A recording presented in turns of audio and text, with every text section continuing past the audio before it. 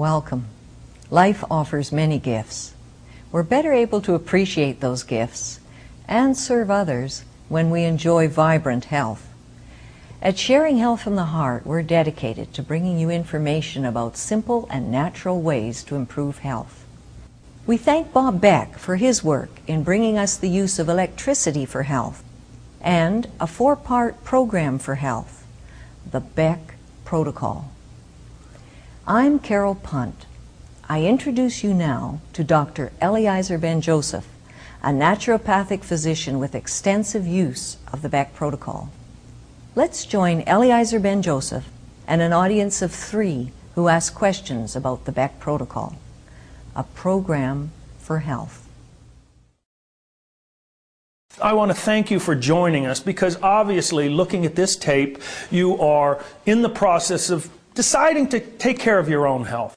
I want to set the stage a little bit about the difference between natural health care and allopathic health care. Allopathic is traditional medicine, what you all are familiar with, going to the doctor. They treat symptoms. And if the symptom is gone, then by proxy you're healthy. Where naturopathic or natural health care, we look at health and disease as a process, something that takes your entire life to either produce disease or produce health. So we in natural health care don't look at how to eliminate or avoid disease. We look at what are the processes to promote health. And we've broken that down into a number of steps. Number 1 is getting rid of all the negative emotions. Are you living in a state of fear, anxiety, depression? We now know that negative emotions are immunosuppressive and will affect your body, the state of your own health, greatly. We also know that we want you to eat healthy. That's the second one. Stop polluting your body with such what we call the SAD diet, the standard American diet, junk food diet. Start eating healthy, natural foods. Also, a little exercise would be important as number 3. And number 4, actually getting rid of the things in your environment that may be causing a toxic buildup. Are you living in a house with new carpets, with walls that are producing formaldehydes, fumes that you're having to breathe? Are you living in an area where there's tremendous pollution?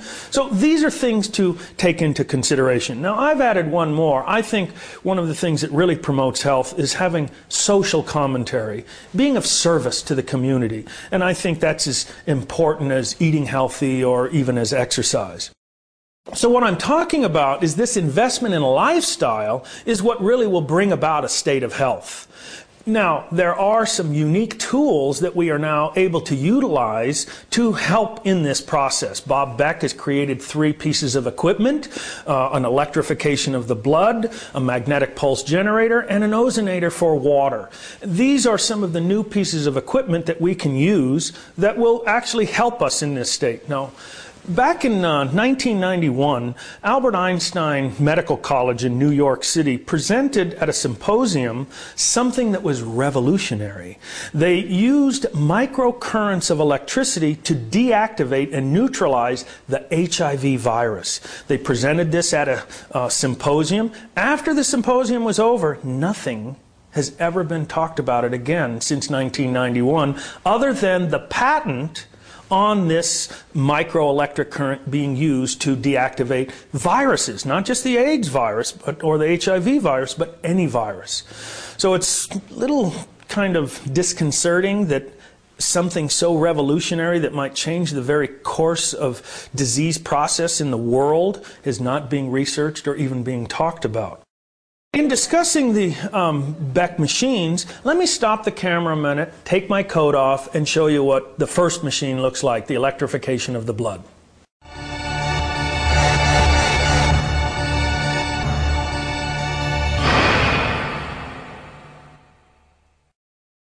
Well, as you can see, this is the Bob Beck unit, the electrification of the blood. Very simple to operate. Wear it on your wrist. The electrodes go on your ulnar and radial pulse.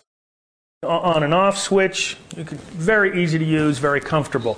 Let me explain a little though about this kind of electricity. This is a very safe, controlled electricity that's been the same kind of electricity that the FDA has already approved for numerous devices that exist, such as the TENS unit, cranial electrical stimulation, muscle stimulators. So there is no danger from this type of electricity. Okay, you say there's no danger, but I've actually heard that electricity can be harmful. So what is the difference between this electricity and harmful electricity? You know, that's a good question, because there is a difference between this kind of microampere currents and the electricity that you get from, say, power lines, the power generators.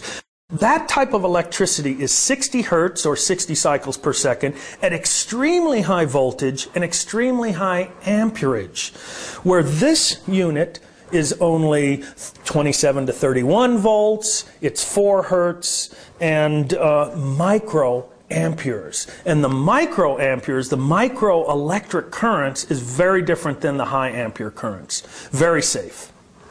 Any other questions? Yes, Dr. Eliezer, I had a question. If I would like to build the unit, the blood electrification unit myself, how difficult would it be?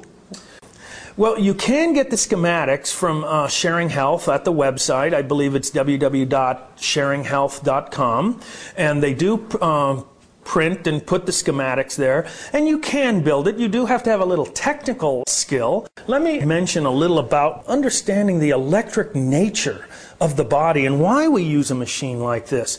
First, we know that all of the cells of our body are small little electrical generators, electrical units. Dr. Bob Becker, in the book Body, the Electric, talks about this. There's all kinds of books now that talk about the electric nature of the body, and that there are these little electric microcurrents on a cellular level. So what we are using is these same kind of microelectric currents to actually bring about a state of health. We're actually re-electrifying our body. Let me talk a little about the protocols for blood electrification. Dr. Beck calls for about 2 hours per treatment for about 4 weeks. Now, I suggest that you want to build up slowly. I know some of you maybe jump in with both feet and do it for 2 hours the first day, but you might want to build 15 minutes per day, 3 or 4 days, adding 15 minutes until you get to that 2-hour period, and then do it for 4 weeks. You want to make sure that while you're doing the protocol that the elimination systems are all open. Remember, there's only so many ways you can get rid of garbage in the body, and actually there are 5 ways. You can poop out all the stuff, the garbage, you can pee it out, you can sweat it out your skin, cough it out of your mouth, or blow it out of your nose. But that's the only way everything is going to come out. So make sure these elimination systems are open.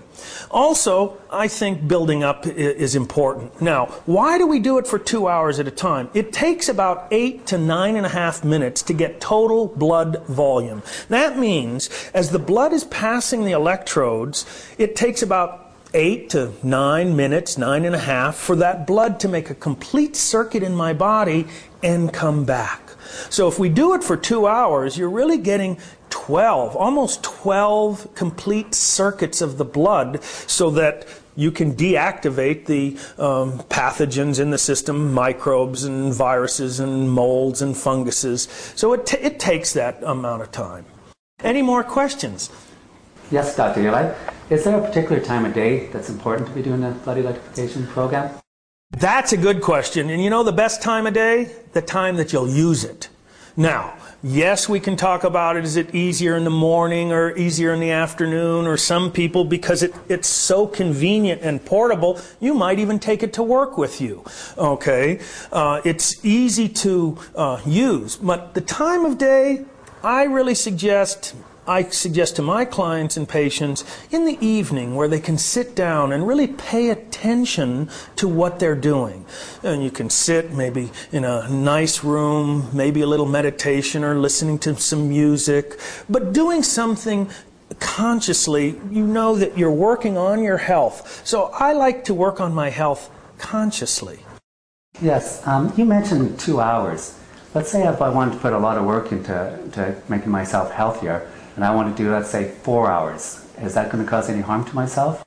Now that's also a good question. Now let me explain. One of the differences between natural health and allopathic health is that we don't deal with specific diseases. What this unit is doing is promoting health. So it really depends on what you're using. What is the intent of the use of the machine? Are you trying to get rid of symptoms from some disease? Do you have cancer, hepatitis, some kind of disease? Or are you healthy and just want to promote even more health? So how you use the machine is really through your own knowledge of what your intent is. But I think if your symptoms are gone and you're feeling well, I think using the machine once you're feeling very well, once or twice a week, or maybe 1 week out of a month, or maybe doing the 4-week protocols once or twice a year. It really depends upon you. Because remember, when we're talking natural health care, what we're talking about is a process. Well, you eat and you're exposed to things all the time, so what's happening in that health process is how you'll determine to use the machine. Any other questions? Yeah, I have a question. When would you know when to stop? You mentioned a minimum of 4 weeks, but I've actually heard that some people go longer. One of the ways that you can tell that you're finished, I use live cell analysis in my practice, dark field phase contrast live blood analysis. So we look at the blood under a microscope.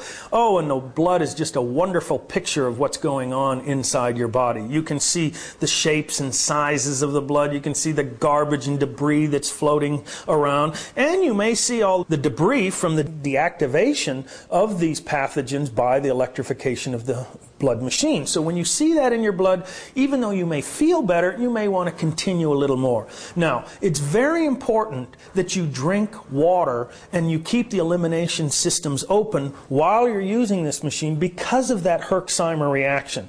Remember, the Herxheimer is that medical term for the die-off and the elimination of all this debris. So it's very important that you're drinking enough water. Now, what do I mean by drinking enough water?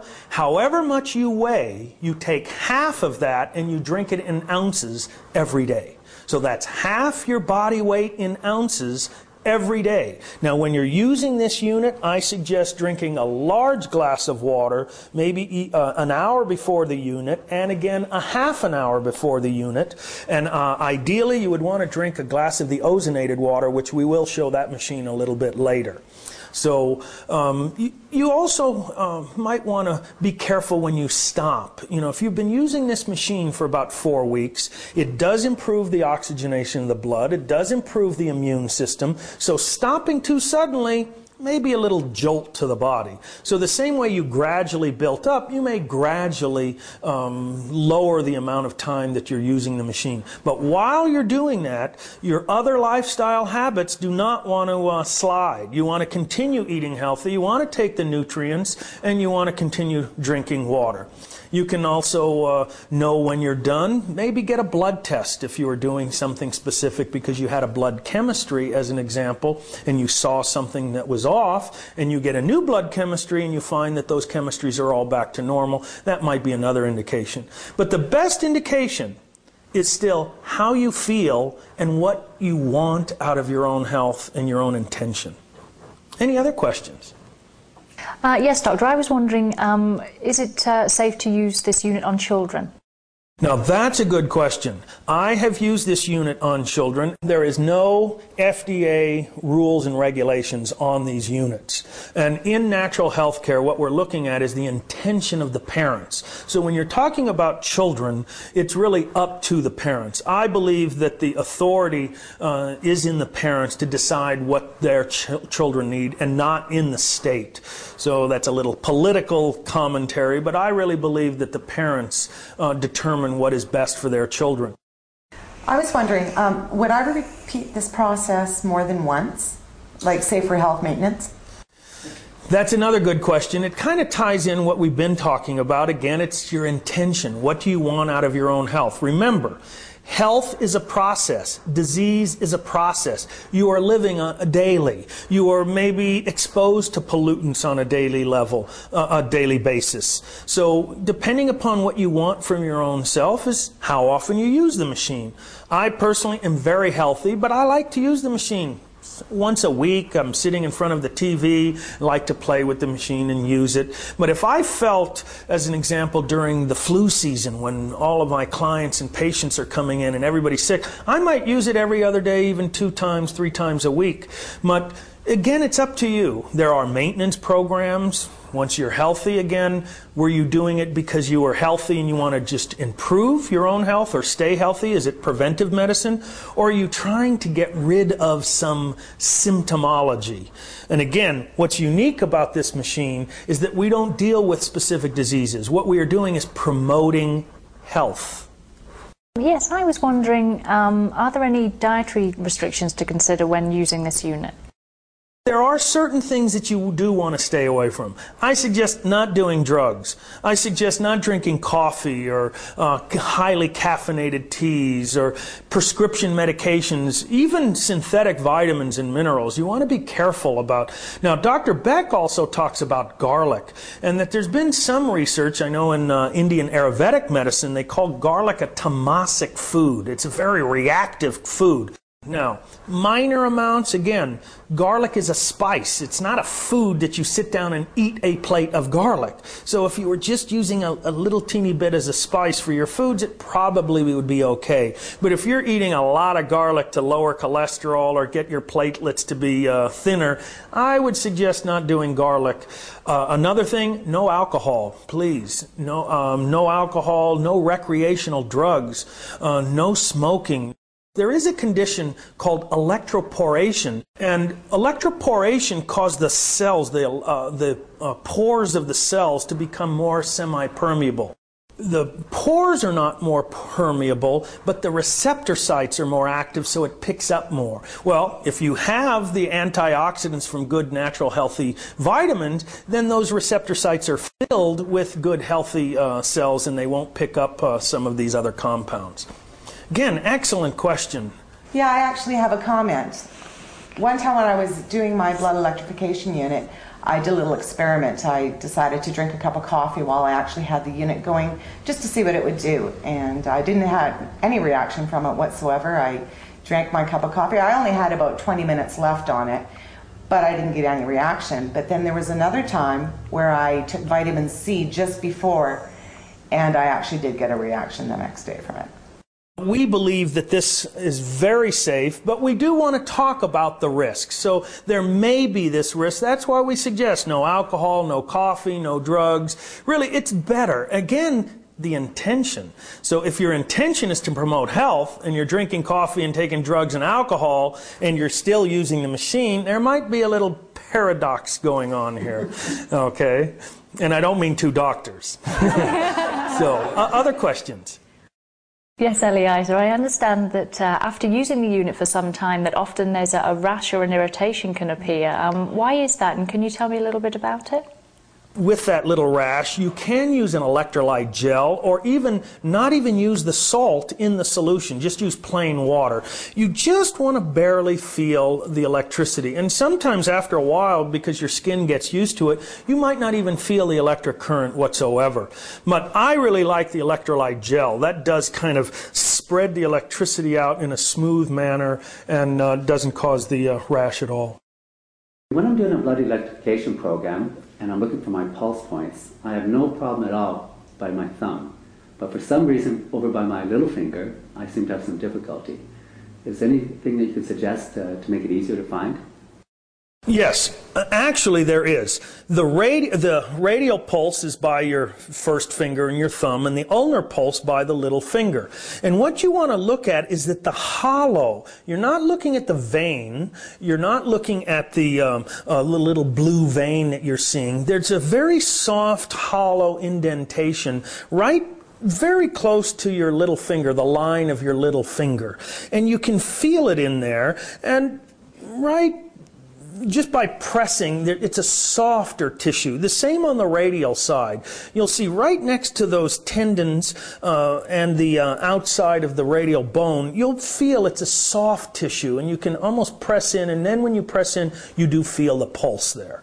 So you just have to be, a couple times. Once you've done it once or twice, you'll really get that. I think it's pretty easy once you've felt it. And another idea may be just to get the blood pumping by taking a brisk walk around the block, or maybe up and down the stairs, quick run. Yes, that'll certainly get the circulation going. The other thing you can do is just get a tourniquet, a little one, put it on the arm, or put like a little tennis ball just underneath your armpit and hold it tight for a moment, a mere moment, and you'll feel the pulse. It'll kind of stick out.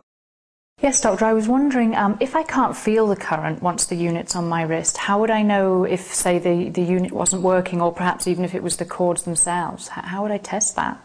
One of the things that I would say most men and young boys know in the entire world is we used to take these little 9-volt batteries and we'd touch them to our tongue and we'd get that little shock. Now most women don't know about this, but you can take these electrodes, actually just barely turn the unit on and put one on each side of your tongue, and you will feel a little teeny electrical current. Make sure the unit is not turned up all the way when you test it, okay? Actually, I have a comment on a bit of research I did on myself, and then I have a question. You mentioned about touching the probe cords to your tongue to test it. I had an awful toothache, and it was very, very painful. And so what I did is I took the probe cords, made sure the cotton sleeves were wet. I put one on each side of my gum, and of course I turned it up very slowly, just onto the on position. Now in about 35-40 seconds, the pain went away, and I thought, wow, this is great. But about 25 minutes, 30 minutes later, it came back with a vengeance, actually. And so I kept playing with it back and forth for as long as I could take the current, because it was a very uncomfortable feeling, to have the cords in my mouth. It felt very weird, actually. But what I found is that I got up to a half hour in that evening. Next 2 days, I did a half hour in the morning, half hour at night, and it was completely gone. And I didn't have a problem since. So what I want to know, obviously I lived through that, I'm sitting here in that. So what I want to know is if I want to try with my thyroid, or if I had a problem with a bladder or an organ on my body, am I going to be causing any kind of problem by experimenting with the probe cords on other areas?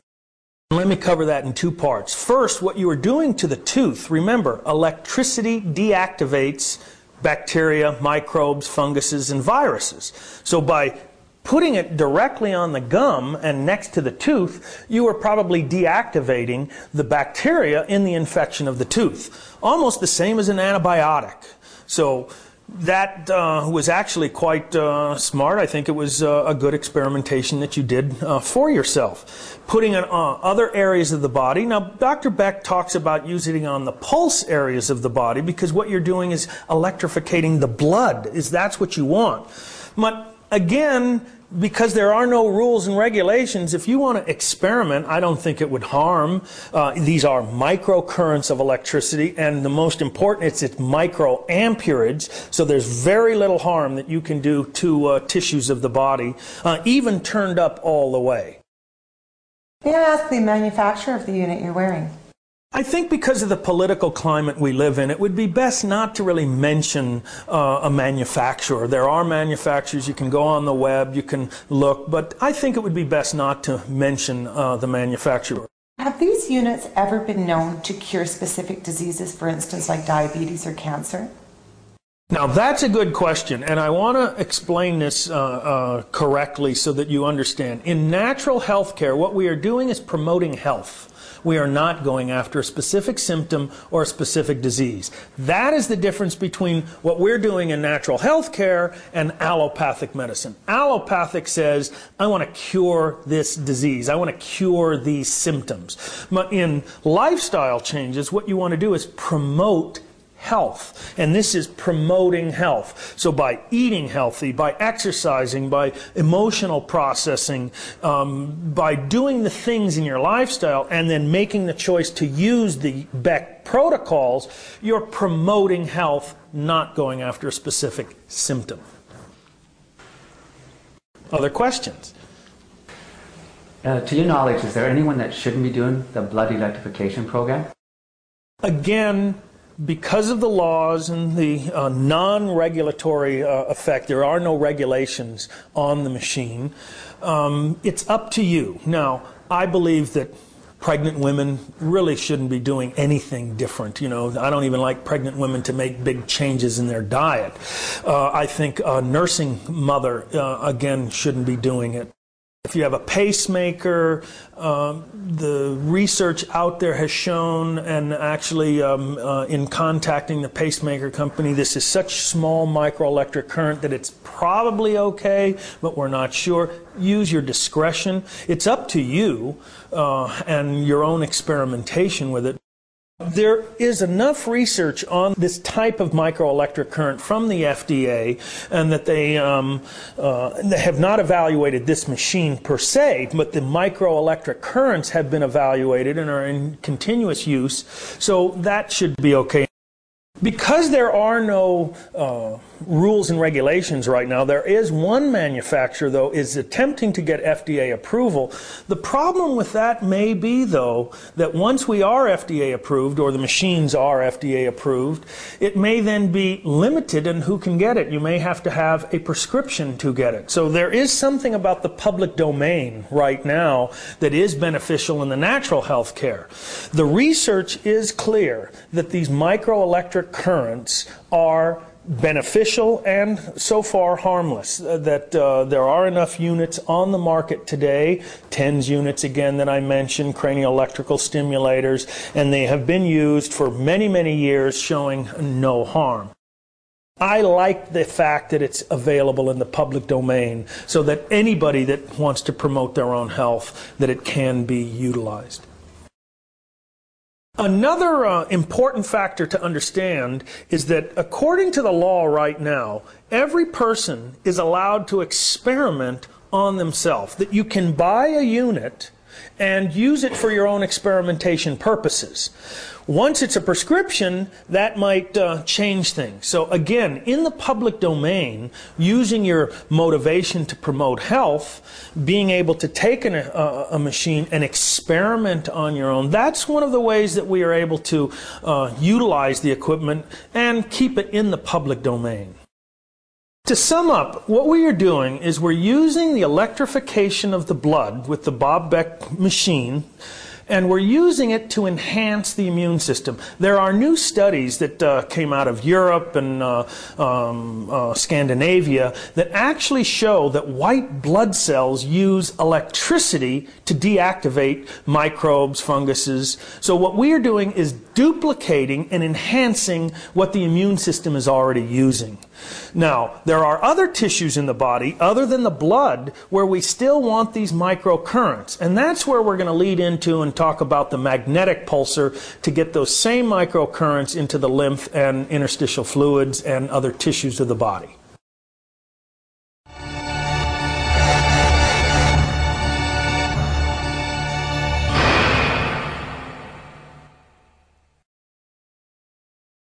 Hi and welcome. We're going to demo the electrification of the blood unit. Here you can see right now a couple of home units. You can see this one. This still needs to have the cotton that is going to be wrapped around. You can't really adjust these, the placement of these electrodes as well, but you can see this is a home unit and it probably works fine. This is another unit. The cotton has already been put around the electrodes. You can see it's just a simple home with the electrical tape and the strap and everything else. You can see all of these pieces of equipment are readily available at some place like Radio Shack.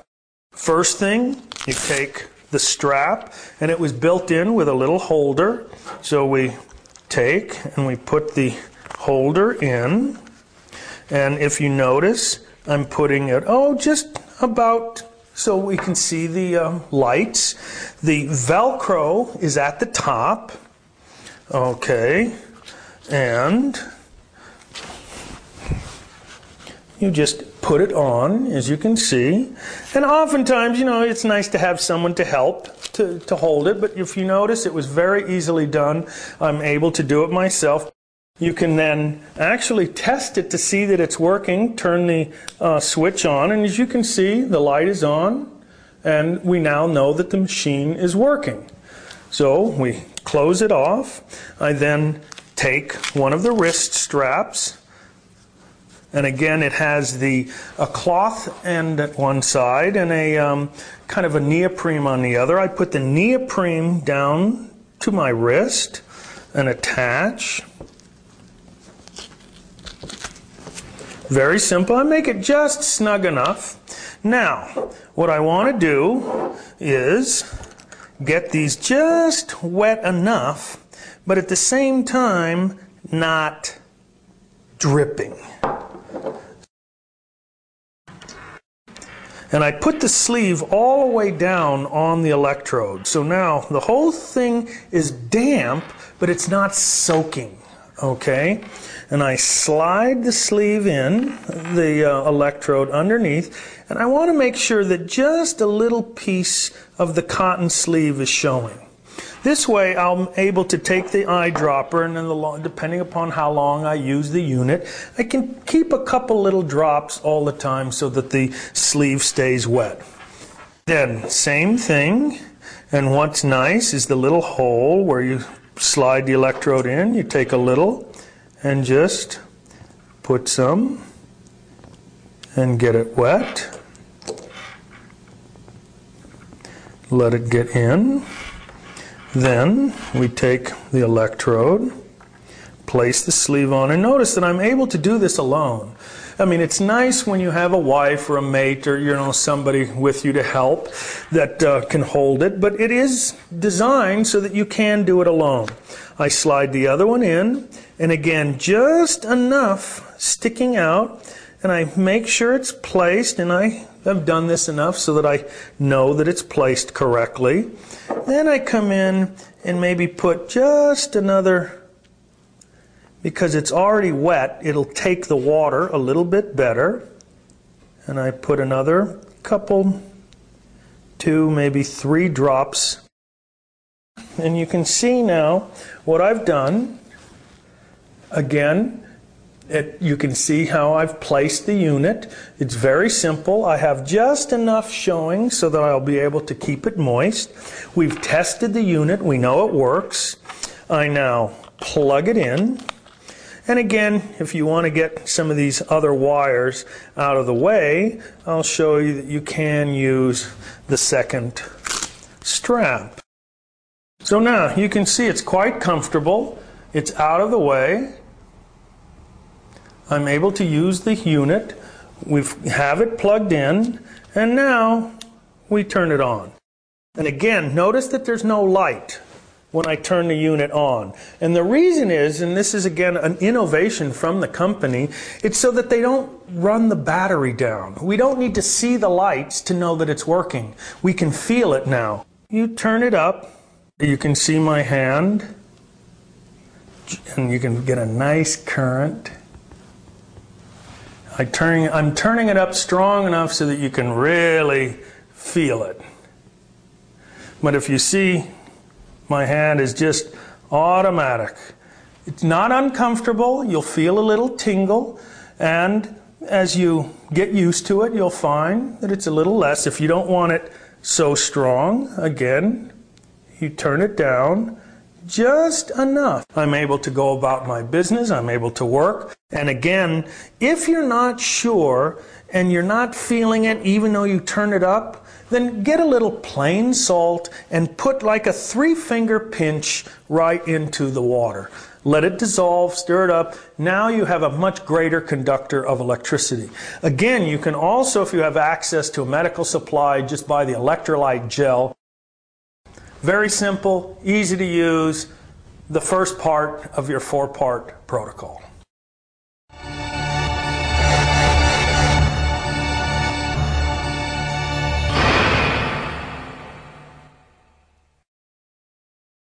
Well, let's move on to the magnetic pulsar, another tool by Dr. Bob Beck to help promote our own health. And a magnetic pulsar is something unique. It's a direct current, time-variant, pulsed magnetic field. It's been used for many, many years, and what the magnetic field does is it goes after the lymph system, or lymph nodes, or other tissues of the body where other pathogens, molds, funguses, yeasts, viruses, may be hiding out.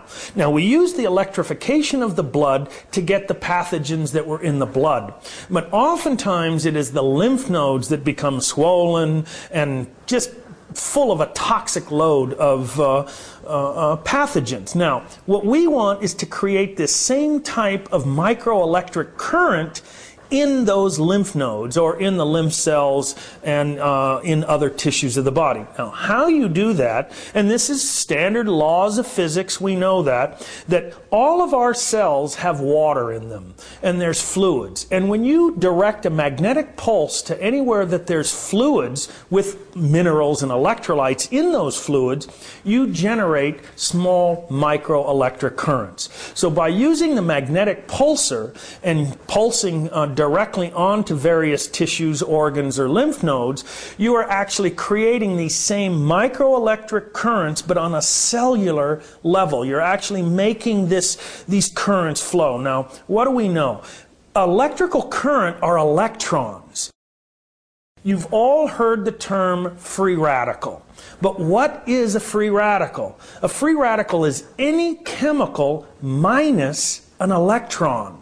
So by developing these microelectric currents on a cellular level to get a free flow of electrons, you're actually negating free radical damage. You're actually helping to stop the free radical damage by giving electrons and making those electrons really flow on a cellular level. So again, what we are able to do is deactivate those microbes and viruses and funguses. We don't kill them. It deactivates or neutralizes the receptor site. So now what happens?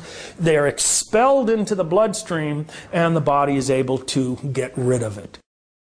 Now, one of the differences between a pulsed magnetic field and what everybody in the health field is using, which is static magnets, there's a dozen companies now selling magnets that you place on various areas and wear in your shoes, or you have a bed, with the mattress pads, but they're very different. One is a static field and one is a pulsed magnetic field. Now, in the laws of physics, what we know is when you pulse that magnetic field directly on a cell that has these electrolytes inside the cell, then you are producing microelectric currents. So static magnetism doesn't do that. Static magnetism, we know, helps to increase oxygen and increase circulation, but it doesn't increase these microelectric currents, and that's what deactivates the microbes and funguses and all the pathogens.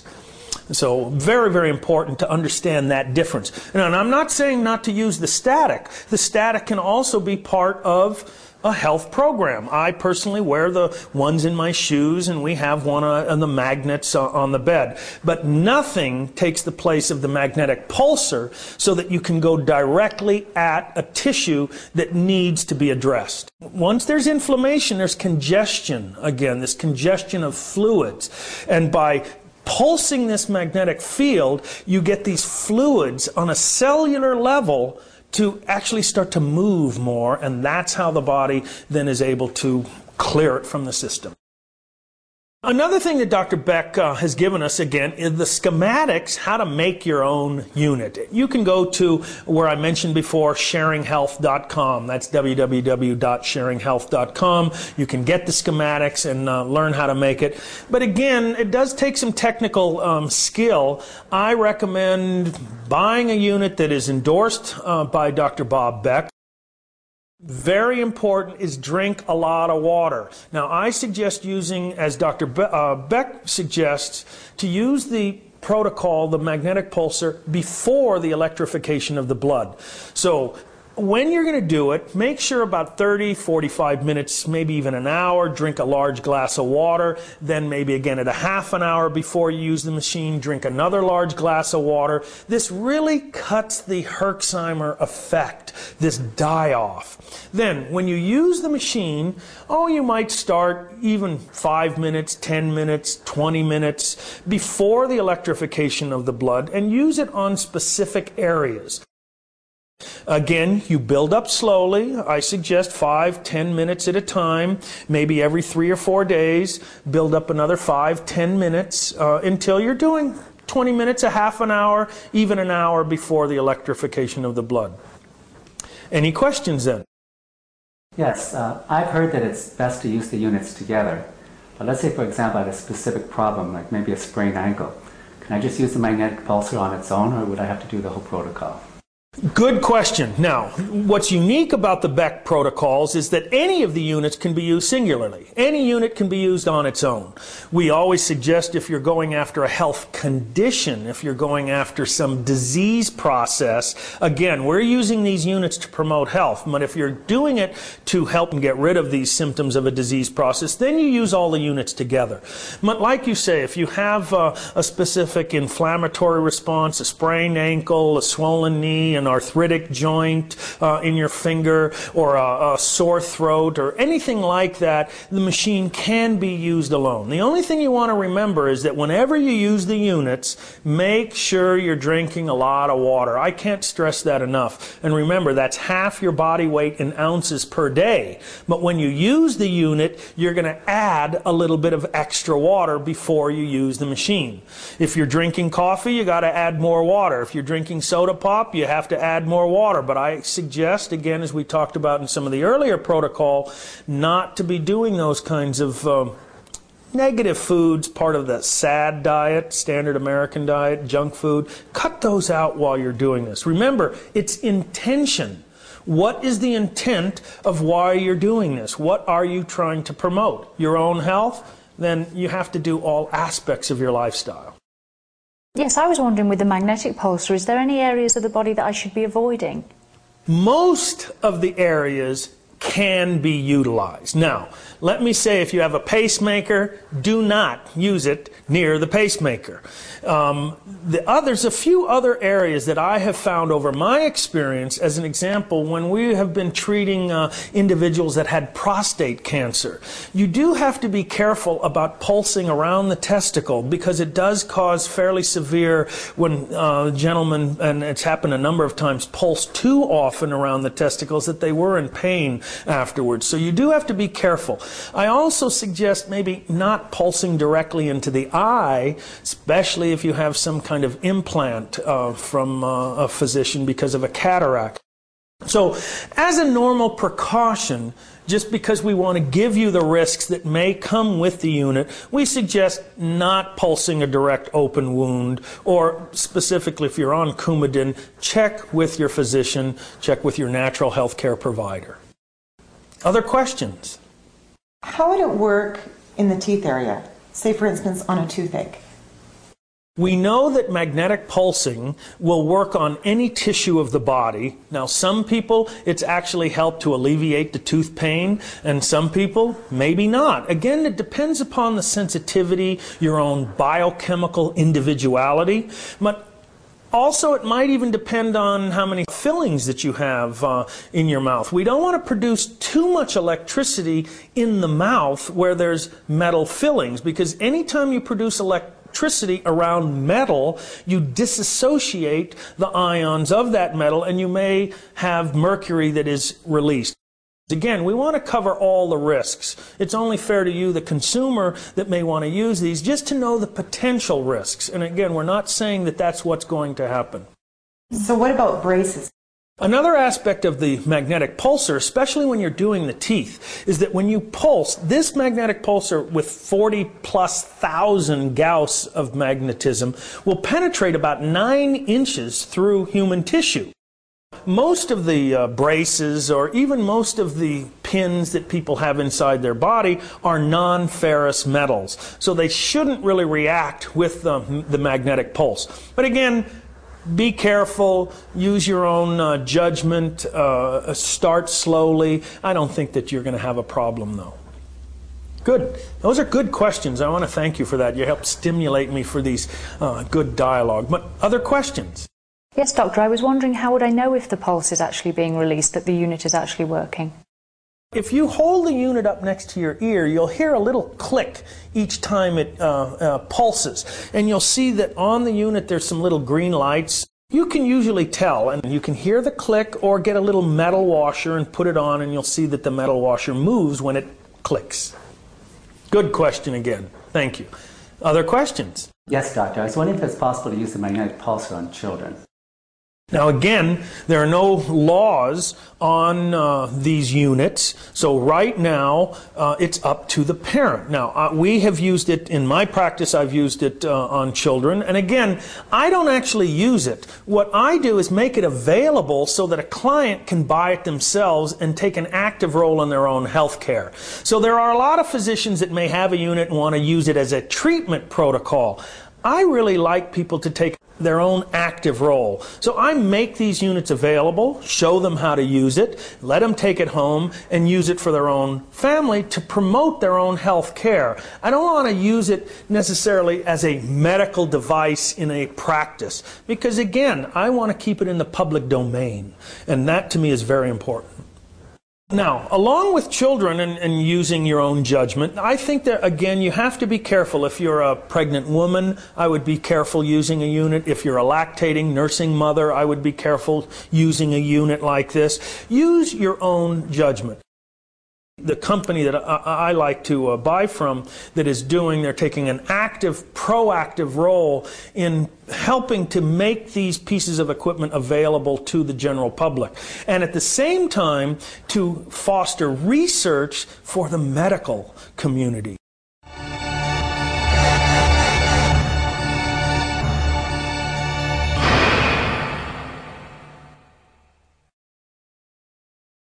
And welcome back. The next demonstration that we are going to do as part of the 4-part Bob Beck Protocol is the magnetic pulsar. Here's our magnetic pulsar on the wand, and you can see that it is marked magnetic north. Now, understand that magnetic north seeks south, and magnetic south seeks north. Remember, opposites attract in magnetism. So our north pole seeks the south pole. And this is a home unit, and it's one of these home units. You can see that here it's a well made. Again, it's made with the flash attachments, the photo flash that Dr. Beck talks about. You can hold this unit to your body again and push the button. You hear the little click. You saw the little light go. And these units, again, are fine and functional. A little difficult to make, but it is. If you have that technical skill, you can do that. I, again, like to use units that are manufactured, endorsed by Bob Beck. I think it's phenomenal, ease of use. Now, you can see that we turn it on. And what we're going to do is test. You can test the polarity of the unit. And one of the ways, this is the North Pole. And what you can do is take again, as a compass, and the compass should point north. And because of this is North Pole, so the compass that points to the north on the Earth should point to the north here also. Now, I want to show you the degree of penetration here, and you can see that the lights are moving, and as it comes across, when it reaches that last one is when it pulses. So what we're getting again is this movement, a pulsed time-variant magnetic field. This is nothing more than a coil of wire. And you can see that there's no electricity on this coil. It's just a wound up copper wire. Here at the end is an LED light. It has some circuitry so that we don't blow up and blow the light. But I want to show you the penetration and also how magnetism creates electricity. It's the movement of magnetism that creates the electricity and the penetration. So here you can see, I will put the unit up next to my neck, and I'm going to just take this wound coil wire, and I'm going to hold it at the other side of my neck, and you can see the little wire, and you'll see the little light kind of blast, and each time it goes through. So you can see there is no current here. What is creating the current is the movement of the magnetic field, which induces an electrical current, and the light will shine. The same way that the human tissue that has water and electrolytes in it, that when you take this in magnetic field and it time variant pulsed magnetic field going through my skin and through the tissues of my neck, the same electrical current that was induced in this wire, that same electrical current is being induced in the various tissues that the magnetic field is going through. So just by holding it here, it's totally comfortable. You don't feel anything. You don't feel magnetism. So I can use it here along with any of my lymph nodes. It goes about 9 inches. And let me show you as an example. Here I showed you just straight, and you can see it's going all the way through, but look how I can even hold it away from my neck. There will be a point where if I go just far enough that the magnetism doesn't reach it any longer. But you can see that this magnetic field does penetrate quite far, about 9 inches. So it is phenomenal. You'll really be able to experience profound healings with this. Now this can be used again, armpit, any of the lymph nodes, tissues, any of the tissues of the body without harm. The machine will work approximately 5 to 10 minutes. You'll see at the end the LED light came on, so you can see that that has now gone through its cycle, and you then turn off the machine, and if it feels a little warm, let it sit for 2 or 3 minutes before you turn the machine off, and you'll go through another cycle. So each time you can use it, again, any of the tissues of the body. I suggest using it before the electrification of the blood, unless you're using it by itself for dealing with an inflammatory response in a specific area. So again, this is the next protocol in the 4-part Bob Beck protocol. Great machine to add to your repertoire to induce health and actually promote your own health.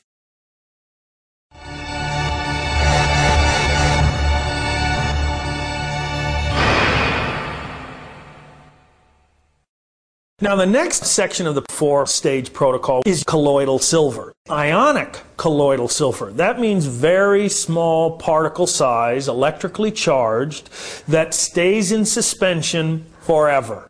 Now, silver has been in use for many, many years. As a matter of fact, before 1938, it was the antibiotic of choice throughout the entire world. Everybody used colloidal silver. Now, you've all heard of stories, as an example, from the farmers in the Old West and the settlers as they were coming across the Old West. Well, one of the things they used to do is they used to put a silver dollar into the milk bucket when they milked old Bessie the cow and got their milk. And it would keep the milk from spoiling. So silver has a very long history of use. Now, still today, there's a lot of silver compounds that are being used. You've all heard of silver nitrate as an example that is put into babies' eyes.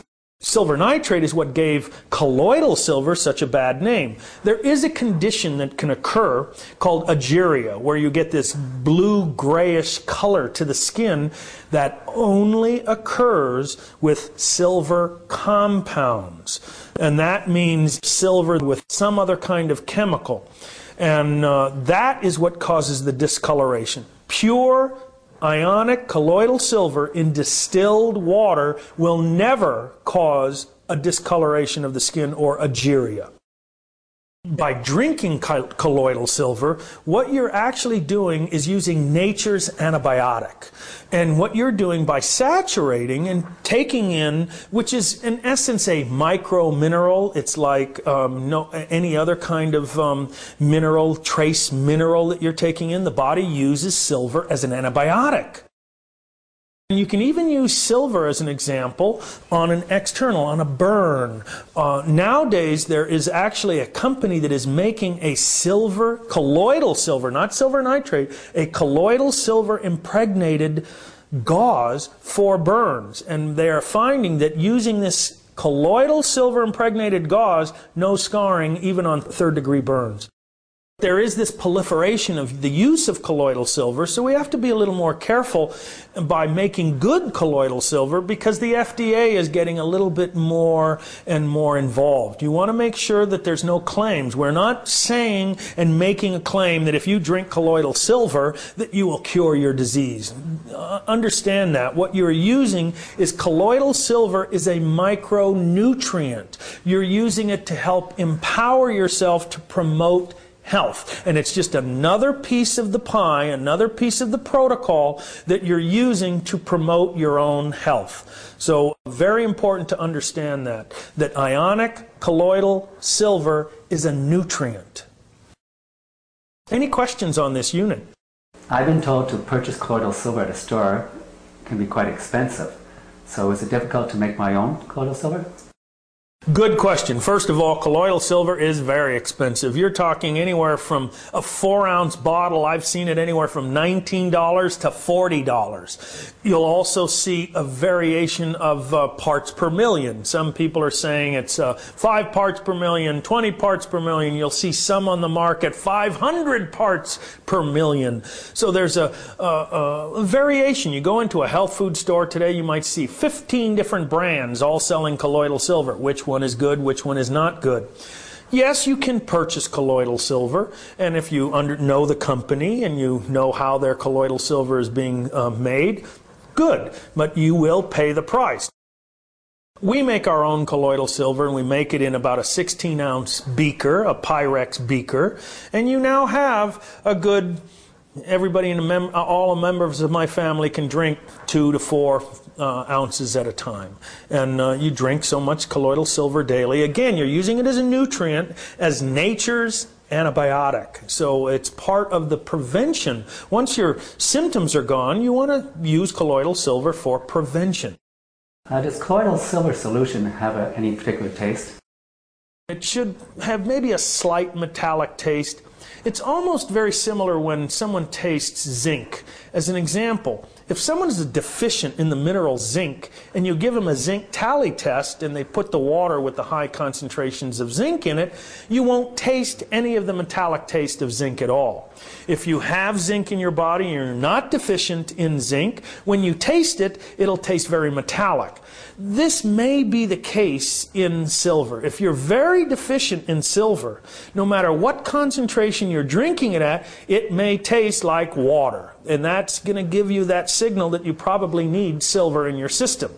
Once you're drinking silver over a good period of time, and that same concentration that you've been cooking it, and now it's starting to taste more and more metallic, that might tell you that you finally have saturated your system with the amount of colloidal silver, in which case you may be able to lower the dosage amount of how much colloidal silver you're taking.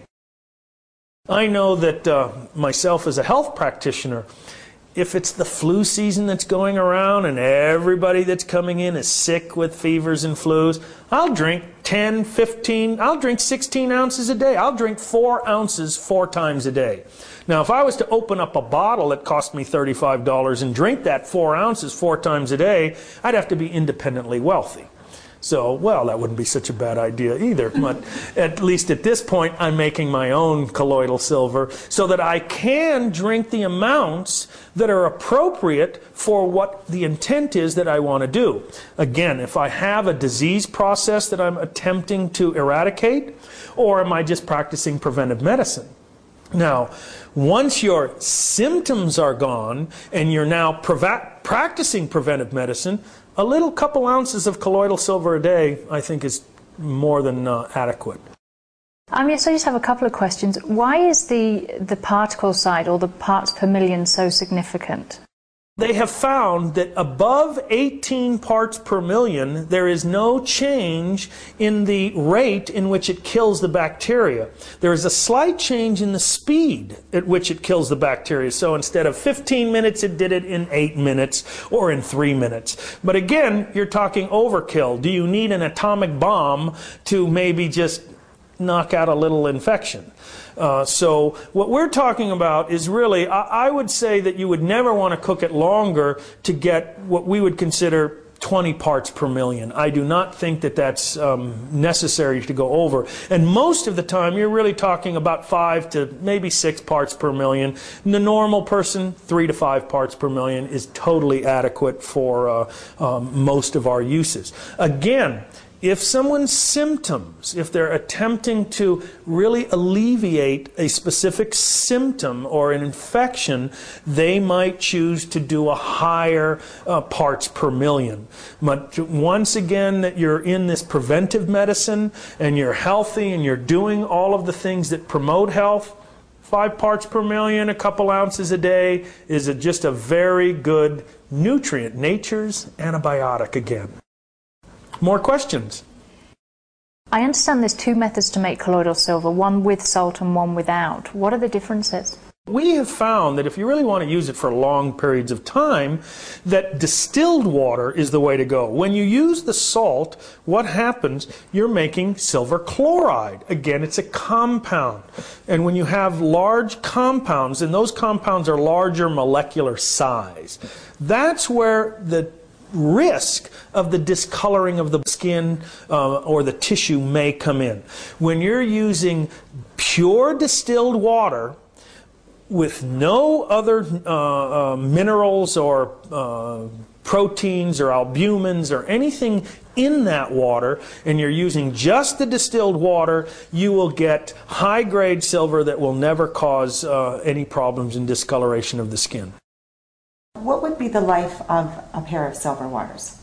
Only one wire, the silver comes off one wire at a time when you're doing the electrolysis like this. And if you just switch each time you make the colloidal silver, you'll just switch the wires back and forth. This will extend the life greatly. And I'm finding that I make silver every day, and it's lasting well over a year. Now, if you like new wires, that's certainly inexpensive enough to buy. But I think well over a year, if you're making silver every day for your whole family, that it's a very low expense.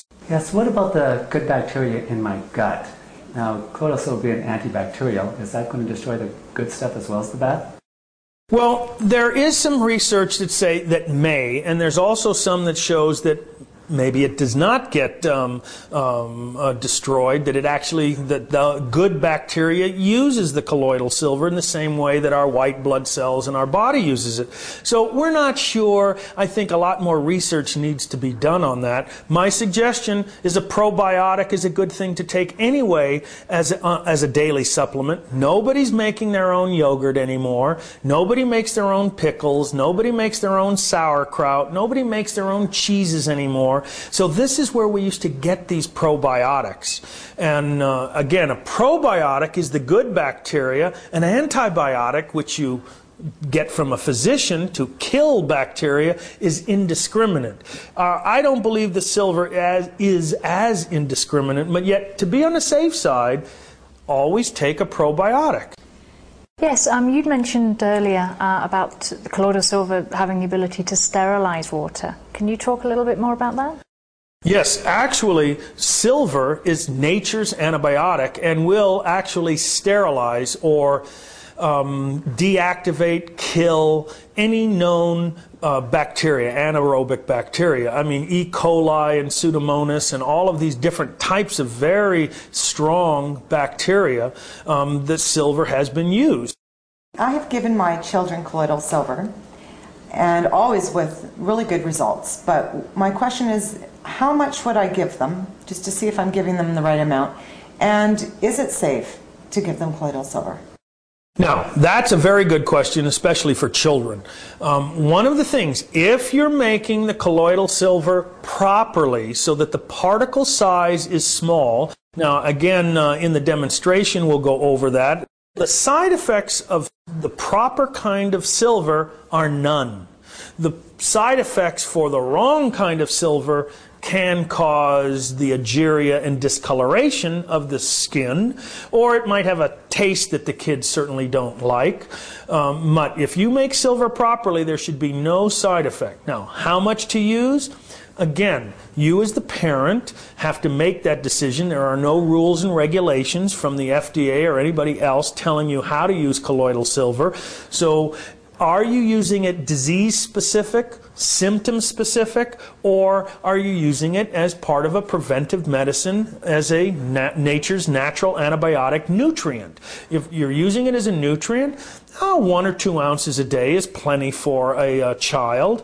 If they're sick and you think that they might be getting the flu, certainly there's no harm with 3 or 4 ounces a couple, 2 or even 3 times a day. So again, use your own judgment, and it's based on the natural principles. We're not going after a specific symptom. We're going after promoting health. But when you're using it to alleviate a cold or a flu, okay, you can increase the dosage a little bit.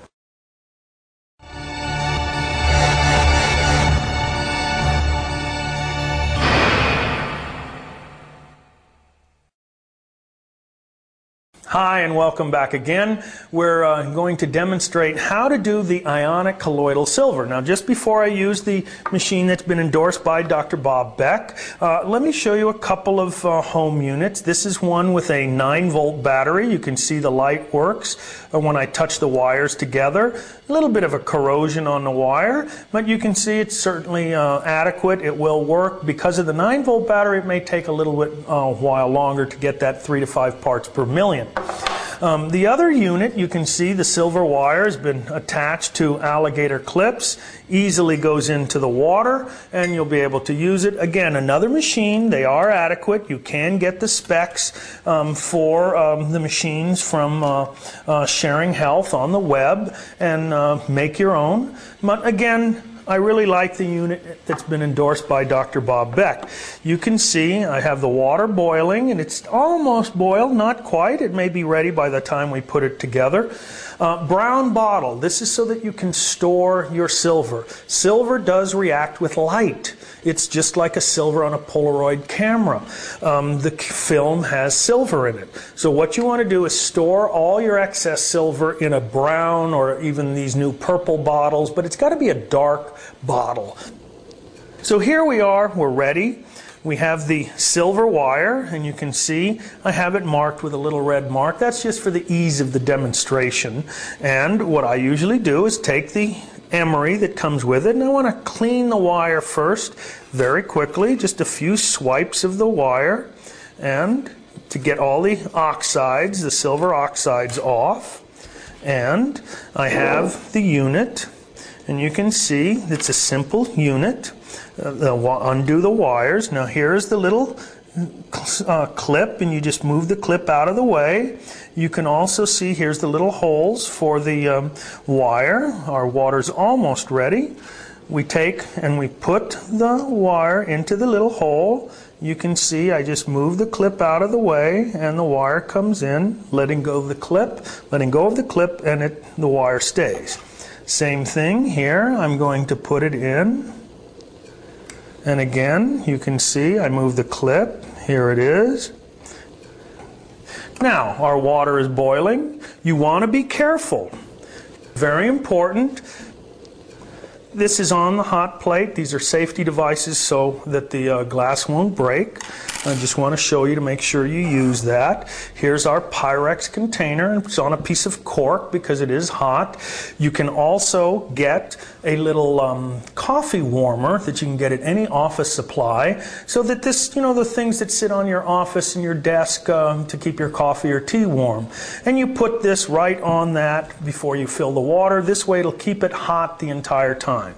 So very simply, we're going to turn our hot plate off, and again, if you use the stove or whatever, and just to be careful, we're going to pour the water in, and again, we have 2 cups of water. Very important, by the way, again, is the purity of the wire. What we have here is 99.99% pure wire. So here you can see we have the unit made by a manufacturer. It's plugged in to a wall unit so that you can save the batteries. You then plug in the unit, and you can see that it's working. You can also take it out, and if you touch the wires together, you'll get that little red light that comes on that says that it's a short. So we know the unit is working. We put it into the water, and we let the unit sit and do its work. Now, every 3 to 4 minutes, you want to stir the wire. You want to use pure distilled water, not deionized water, but pure distilled water. Now, one of the things you saw that we boiled the water. The reason we boiled the water is for particle size. The hot water will conduct electricity better, and we will get a small uniform particle size.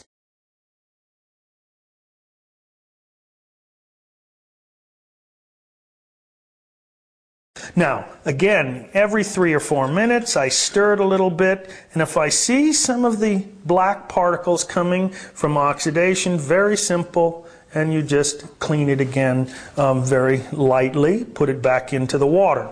Now, you notice that the wire is about 75% into the water, and that's a proper coverage.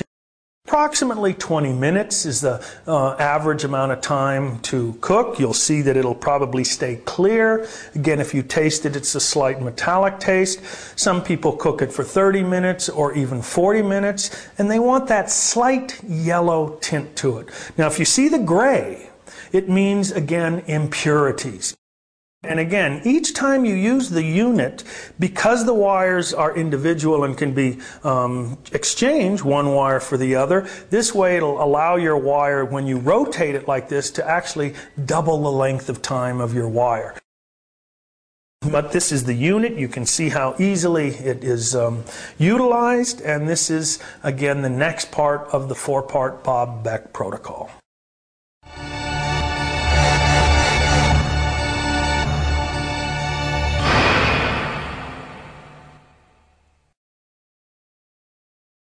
The next part of the protocols that we're going to talk about is the ozonation of water and drinking ozonated water.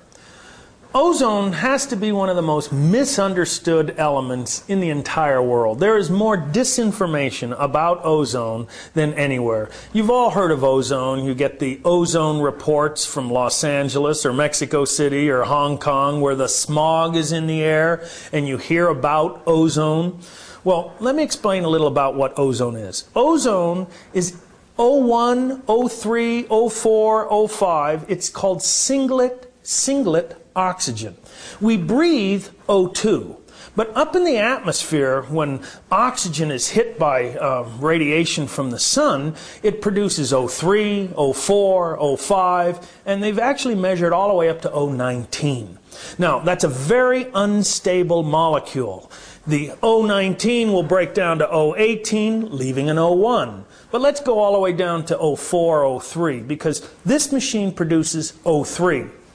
The O3 will break down, leaving O2 and an O1. It is the O1 that we use as ozone for the body. And actually, ozone inside the human body, or oxygen, this singlet oxygen, is what white blood cells use to kill bacteria.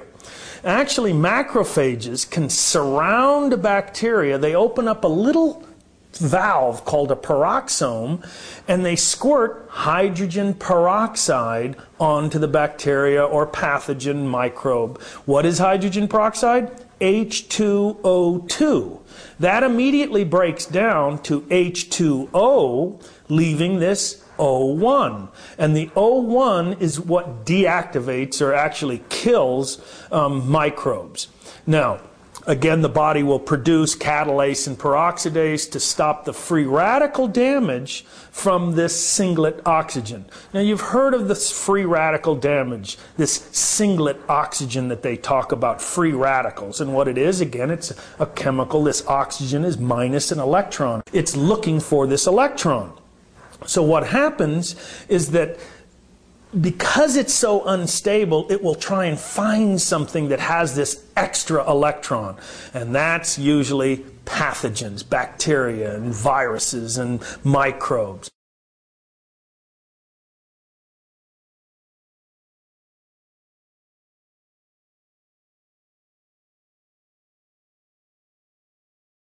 Now, there's a lot of research in Europe using ozone. There's an extensive amount of research. Germany specifically has been using ozone for many, many years in the disease process using the medical model.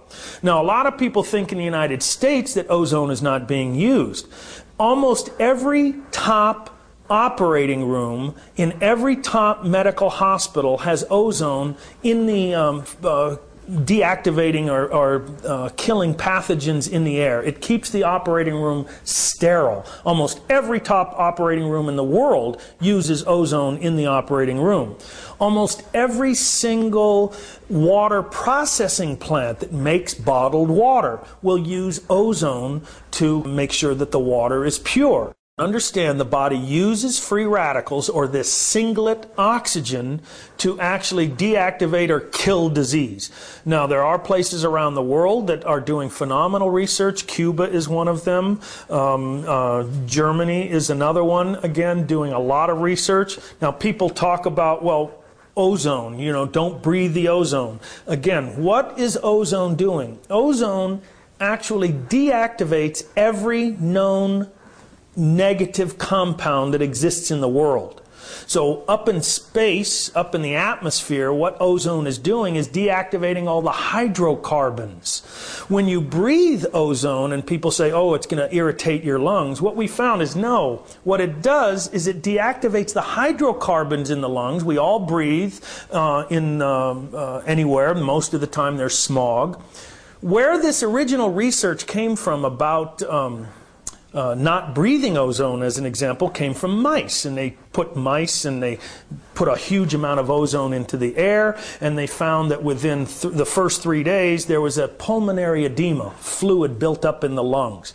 But then what they didn't report is that after those 3 days, the lungs returned to normal, and no matter how much ozone they put into the container, where the mice were, they could not induce death into the mice whatsoever.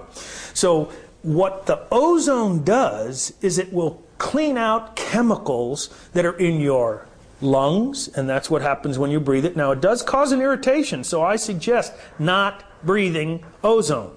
Okay, but by ozonating the water, what you're doing is putting that in, and by drinking the water, you're getting that direct delivery system of the ozone right into the bloodstream through the stomach and the intestines. So it'll go to the liver through the portal vein and help the liver. It'll go into the bloodstream and oxygenate, and what you're actually doing is giving this singlet oxygen to the body so that white blood cells can do their job. Now remember, make sure you're taking your antioxidants, eating healthy, and if you're going to be ozonating water to promote your health, then stop all the negative things that take away or promote disease. Yes, I have a question. Just getting back to actually breathing in ozone. So if you were going to be using this particular water ozonator, how would you avoid breathing in that particular ozone? Now, one of the unique things about this unit is it puts out a low enough dosage of ozone that it does not exceed the government standard. So it's not going to put enough concentration of ozone into the atmosphere where you are in the ambient air or anything like that, where you're breathing it to cause that kind of irritation. But again, if you were holding the hose right next to your mouth and inhaling it, yes, that's going to cause an irritation. Don't do that. Use common sense on this again. That's one of the important things about natural health care. You're doing your own research. It's an experimental process, so, you know, use it wisely. Another thing to understand about this unit is when you're using ozonated water, what you're doing is sterilizing the water. You are actually deactivating, killing bacteria. You are actually killing the bacteria and deactivating microbes and funguses and yeasts and viruses. So you're actually sterilizing. Now, a water purification system is a filtration. You're actually filtering out the water. Very different process. So yes, it's important to drink filtered water in your daily life, yet ozonating, and especially cold water. Now, the colder the water, the more ozone that it actually holds. So you want to get a really nice, chilled, cold water, clean spring water. Make sure that it's not tap water, and you will really have the benefits of a highly ozonated water. And when you drink it, two things can occur. One is that you might feel sometimes energized and just like raring to go. You feel a little energetic. So again, be careful. Use it as part of a whole protocol. And again, if you're eating healthy and exercising and doing all this, you will only notice the benefits. Any other questions? Yes, doctor. I've heard that there's a couple different methods for generating ozone. I have two questions, actually. The first one, what particular type does this unit do? And secondly, if I want to save some money and try to construct my own unit, is it difficult to do? Again, both good questions. There are two ways of developing ozone. One is with an ultraviolet light, and just like ultraviolet rays from the sun and the cosmic rays from the atmosphere from the sun bombards the oxygen, and that's how you get ozone. The other way is called a cold corona generator. The cold corona produces a very high quality output of ozone, quite a bit more than the ultraviolet production. So this unit is cold corona. The second part of your question, which is can you build your own unit? My suggestion, don't build your own unit. We have equipment now that is endorsed by Dr. Beck that is inexpensive, and when you're starting to work with ozone, that's a chemical that you have to be careful. It's very corrosive, and it can cause damage. And if you're using an ozone machine, trying to make one, as an example, and you don't use the right tubing or the metals, ozone can cause damage when it's not used properly. The body, and the same as the Earth, uses ozone to detoxify.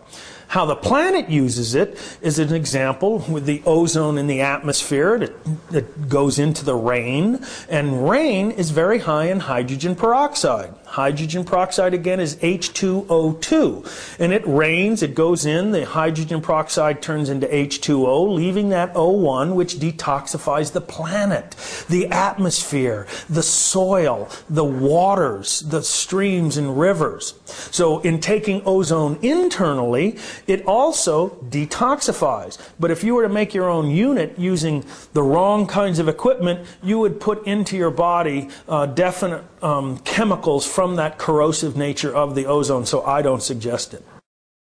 Other questions? Yes, I have a couple of questions. I've heard that oxides of nitrogen are produced when using the cold corona method. Is that correct? When you're ozonating water, it's negligible. It actually is a non-issue. Now, for other uses of ozone, such as bagging or rectal insufflation or even autohemolation, now you're talking medical grade oxygen bottles and a medical grade ozonator. But for ozonating water, it's a non-issue. Okay, thank you. Are there any other uses for this particular unit other than water ozonation? Yes, first, regular ozone has a lot of other uses. It's, again, used to ozonate water for detoxification of the water. You can ozonate olive oil and make a paste where the olive oil has a lot of ozone in it. You can use it on cuts and bruises and even skin cancers, things like that. There's also ozonating or for deodorizing air. So if there's a severe odor in something and you wanted to get that odor away, that's what ozone is used for. Now for this particular unit, you really want to ozonate water, but there's a lot of kinds of water that you can ozonate. Let's say you're soaking and cleaning a chicken, or you've got a piece of meat and you just want to clean it off. Well, you either ozonate the water or have some ozonated water and just rinse your meat or chicken in that ozonated water.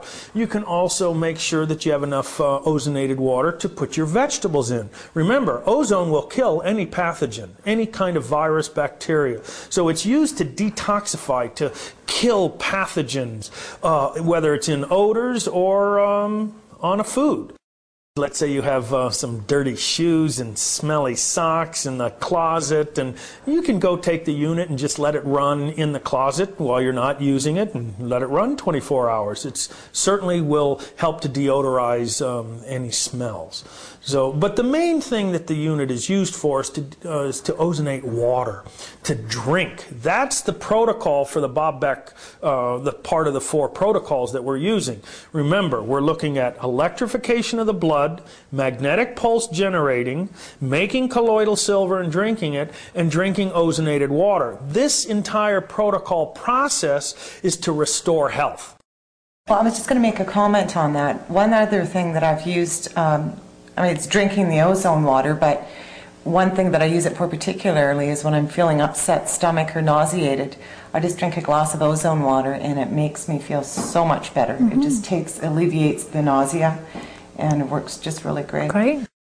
And that's correct. You know, drinking ozonated water, because it kills bacteria. We know someone with ulcers, as an example, or someone with these severe heartburn and ulcerous condition, they may be contaminated with the HP pylori or Helicobacter pylori bacteria. We now know that's the bacteria that causes ulcer. So drinking ozonated water may actually kill that bacteria and settle an empty stomach.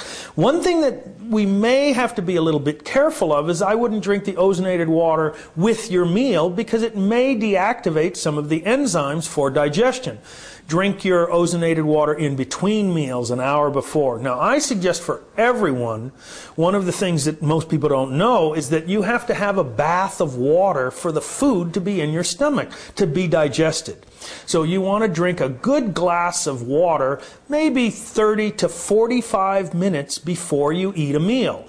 This will then prepare the digestion. The ozone will actually absorb right into the bloodstream, and by the time you eat your food, you have a nice bath of water, so that when you chew your food, that food will go into this bath so that it can be dissolved. Water is a universal solvent, so it'll dissolve almost everything. And most people don't realize when you eat food without the water in your stomach, it stays in this thick mass like clay. You will then have to draw fluids from all over your body, and that's where you have all this digestive upset. So drink the ozonated water a good 45 minutes before you eat a meal. Good question. Other questions? You mentioned cold water for ozonating, but would there be any benefits to, say, ozonating a bathtub that I would bath in?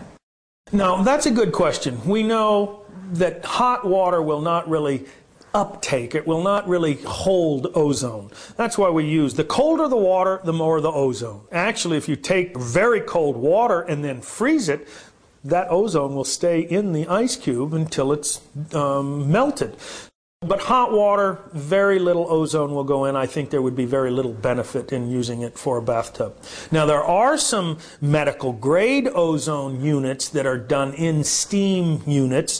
Very expensive. You may pay $3,000 for one of those units that you sit in a steam container and it produces ozone into that steam. But again, you're talking a medical grade high output ozone generator. What we're talking about is something the average person, middle America, someone taking an active role in their health care, can use without harm, without worry, in their own home, and use it with their children and their entire family, and not have to worry about are they going to do something harmful because there's too much ozone. Again, very good question. You mentioned children, and I have 3 children of my own, and I mentioned earlier about drinking ozonated water for nausea. Until I discovered the ozone water, that was the #1 problem with my kids. Mom, I have an upset stomach, and I never knew what to give them. And I always had this problem. I'm sorry, you know, like, here, have a Tums or something. And now I give them a glass of ozone water, and it solves the problem. Like, it's probably the #1 best thing that I've found for my kids. And that's excellent. And I would say that one of the biggest things with children, they don't drink water. And a lot of times this upset stomach is because they eat and they didn't drink enough water. They don't drink water throughout the day. They may drink soda pops and Kool-Aids, and not liquid. It's not water. When we talk about water, we're saying water. Coffee and soda are both diuretics, as an example, so you have a net loss of water. So I tell, for every cup of coffee you drink, you better drink another 10, 15 ounces of water. For every soda pop, another 10, 15 ounces of water. Alcohol, another 10, 15 ounces of water. But most children just don't seem to drink water. So it's really important to get them into a habit that very young in life to drink water. And again, it's critical when you drink water. So one of the things that I teach my clients, especially the children, when they have these little upset stomachs and they just don't feel well or they're really congested, I tell them, drink that first glass of water when you first wake up in the morning. Then make sure that you're always drinking a glass 30 to 45 minutes before a meal. Don't drink any cold liquid with the meal. Usually room temp would be okay, or a little hotter than room temperature. And then make sure you drink a nice big glass about 2 hours after the meal. Now, why we don't drink the cold water with the meal is because the digestion takes place at about 104 degrees in the stomach. You drink an ice cold glass of water with the meal, the digestion goes down, the enzyme reactions slow down, you don't digest your food as well. So it's important. Drinking water is probably one of the single most critical things for promoting health. And drinking ozonated water would be an additional benefit to just drinking water itself. Yes, doctor. When drinking ozonated water, could I expect any flu-like symptoms? Remember we talked before in the other protocol with the electrification of the blood about this Herxheimer reaction, this die-off, and that's actually the medical term that's used for the healing crisis, the cleansing reaction, the detox phase that most people in natural health care have heard at one time or another. One of the benefits of drinking ozonated water is that it actually cuts that reaction. Remember, the Herxheimer reaction is to get rid of these microbes and bacteria and fungus and yeasts, things that we're attempting to clean our body out. Well, ozone helps in that process. It helps in two ways. One, it's a detoxifier. It actually kills those organisms. But also, which we really haven't covered, is that it's oxygenator. You're getting a supersaturated oxygen water. You're drinking that supersaturated oxygen water. That oxygen is absorbed directly into the bloodstream through the mucous membranes in your stomach and through the intestine. Some of that oxygen is going through the portal vein directly to the liver. Some is going directly into your capillary system and throughout the entire body. So you're actually getting a higher concentration of oxygen. Now, this has been tested in a pulse oximeter that medical doctors use, where you put it on your finger and you can actually measure the amount of dissolved oxygen in the bloodstream. And remember, we are oxygen beings and we are electrical beings. So we want to use both the electricity from the microcurrents and the oxygen from the ozone, and that's going to help restore health. Again, not to do a specific disease, it's to promote health. And how can you not promote health with more oxygen? Excuse me, you mentioned earlier that they're using ozone medically in Europe. Now, is that to actually cure specific diseases?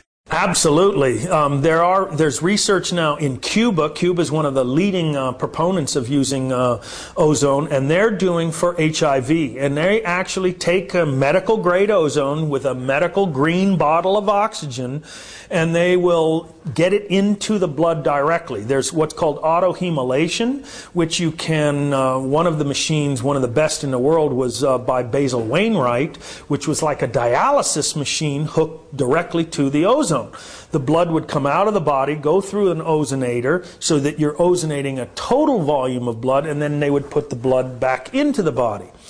In Germany and Europe, throughout Europe, they're also doing what's called rectal insufflation or vaginal insufflation or autohemolation, where they'll fill a syringe with maybe 30 cc's of ozone and then very slowly inject that ozone into the bloodstream.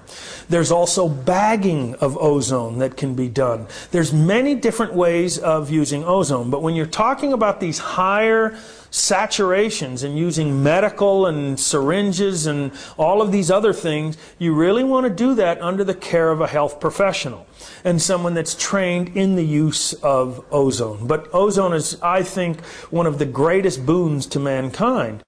More important, to have a small unit at home where you can take an active role in your own health care.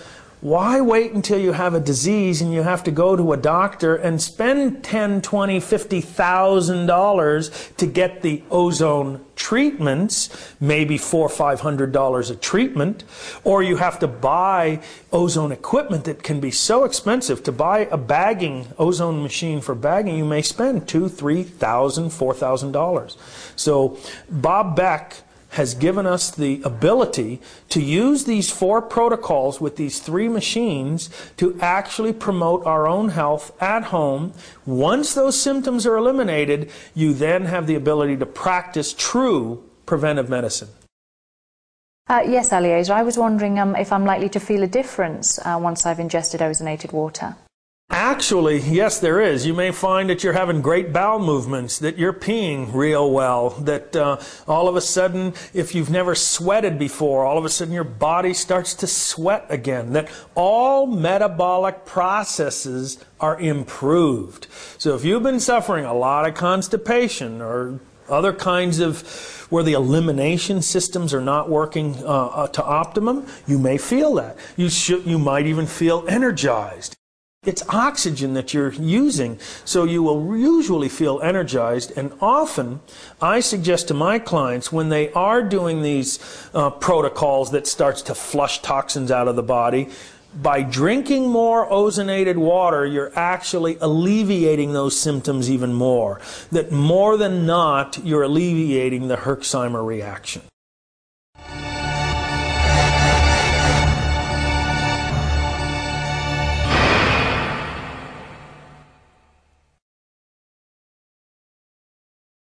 Hi, and welcome back for the next part of the 4-part Bob Beck protocol using the water ozonator. Now, it's important to understand that this unit, the one endorsed by Dr. Bob Beck, is made with all medical grade parts that are non-corrosive, non-reactive to ozone. And this is critical. I can't stress this enough. You'll also see here that this is silicone tubing. If this was regular plastic tubing, you would see that it would dissipate and actually melt in a matter of seconds. The machine itself is air-fed. It's using ambient air, so that means this is not to be used for other purposes other than making ozonated water. It has a cold corona, it has an air pump built in, and it is a 12-volt unit. Now, 12 volt is unique because you can use it for your RV or your camper. Have you ever been camping and you want to drink the river water and you're not sure that it's clean and sterilized? Well, then this will do that. We also have a medical grade ceramic diffuser and a Kynar hose attachment. All of this is non-reactive to ozone, and that is critical. You can see we'll put the diffuser in and you'll see the bubbles of the ozone coming out. Notice that I'm blowing with my hand. I'm kind of waving the ozone to me. You don't really just want to smell, but it has a very distinct odor to it. Ozone is phenomenal. It smells like you've been just outside of a storm, a thunderstorm or lightning storm. It has that same clean, really refreshing smell. Now, the temperature of the water, ice cold, the colder the water, the more ozone that it will actually store. Now, here I'm showing you, because ozone water only lasts about 20 minutes, so if you're going to not drink it right away, you want to store it with a top on, and I suggest storing it in a cold container. Now, very important, you'll see that we're making this in glass, and we're storing it in glass. Ozone is extremely corrosive.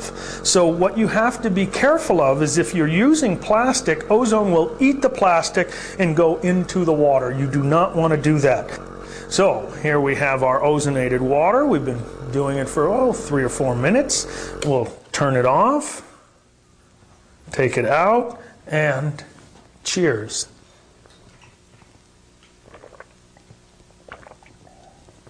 Refreshing. Again, the last part of the 4-part Bob Beck Protocol. These protocols are here to help you induce your own health, to bring back a state of health. Remember, health is a process as disease is a process. I want to thank you all for being here and asking such good questions about the Bob Beck protocols. And I just want to summarize a little bit. We have the 4 parts to the Bob Beck protocol with 3 different machines. Remember, we're talking about natural health care. So we're talking about those beginning processes. I said you really want to deal with your negative emotions. You want to deal with the fears and anxieties and depressions. These are all important. And you have to learn to process your negative emotions. And that's part of the immune system building. So this is, again, another part of our health building process. So the importance of lifestyle changes cannot be stressed enough. What we are looking at is learning to be able to take your own knowledge, your own intent, your own desires, and promote your own personal growth, your own personal wellness protocols. Understand that in natural health care, and this is one of the biggest differences between natural health care and allopathic health care, is we believe first and foremost that there's this innate ability inside all of us, and we believe it might even be this electrical innate ability within us to heal all diseases. So it's important to understand those differences in concepts. Allopathic medicine is dealing with getting rid of a symptom. Natural health care, learning to health yourself, as I call it, is taking your own active control to promote health, not to avoid disease. And one of the things that we have to look at is that as we grow and as we age, and so many people are concerned with death, as an example, that they're so concerned with death that they never live properly. And the same way with diseases. So many people are concerned with avoiding disease that they stop promoting health. It's the lifestyle changes that you make, the nutritional supplements that everyone needs to be taking, and take good natural supplements. Exercise, some kind of exercise, aerobic exercise and resistance exercise. I think it's mandatory, especially if you're getting older. The older you are, the more weightlifting or resistance exercises becomes important. And again, doing something of social service. I think that's very important, to be of benefit for your community, the community of your family, the community outside of your family, and your own personal community internally, helping all of the metabolic processes that occur. It's a wonderful experience, this journey of life. And it's also a wonderful experience when you take an active role to promote your own health.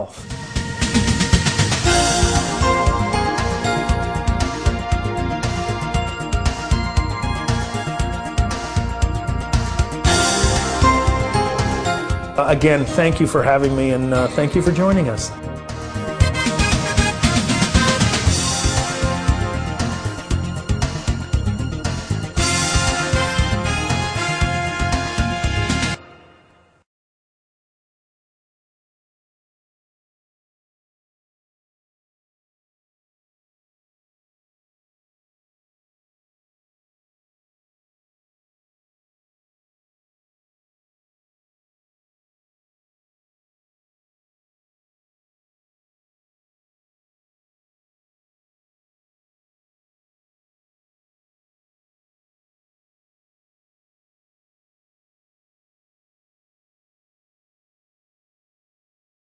Yes, Aljosa, I was wondering, am I likely to feel a difference once I've ingested the water ozonator itself, or perhaps even a glass of water? That unit goes down pretty rough. I think as the cord goes down. Uncomfortable. Okay, do that one again. You'll splice this in somewhere. Okay. Okay. I can just, it's like... Okay, right, do that again. Other questions? I'm glad you're going to be able to do all this, taking, you know, the editor part, you know. Jen's going to throw popcorn at you. How well and how I don't like that. Back up. Okay. I have to do that. Just do that in your brain. Oh, okay. Okay. Wow. It's not my turn yet. But braces, it's probably, if it's made out of metal, iron, you know, if it's got iron, you know, you might feel your head go, you know. You know. I want to say that. Sure. No, that's fine. Get comfortable. Oops, I'm still rolling. Okay, do that one again. You don't get your mom when she's closer, do you? Nope. Yeah. Paris is just interjecting one. I didn't know that was there. Amazing that they got a gel. Yeah, take some candid shots. No powder. I think the way to, as I was saying earlier, the way to make sure you keep it meaningful for yourself. Do you know what I want to do? If I can do my question, because he's touched the Another way of time. testing, wait a minute. Oh, I thought you stopped. Another way of testing the unit. Can we wait for the train? That's going to go on. There's no way. Yeah, I actually have a comment. I had an experience once. Well, I had my my unit on. Oh, I got to do that again. Okay, do that one again. Yes, it is correct. Yet when you're ozonating water, that's negligible. Negligible. Say it 3 times. Negligible. How do you say that? Okay.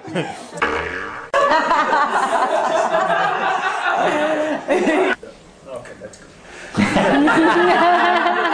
Don't go there. Absolutely. My wife, are you kidding? Without her, I'd be dead.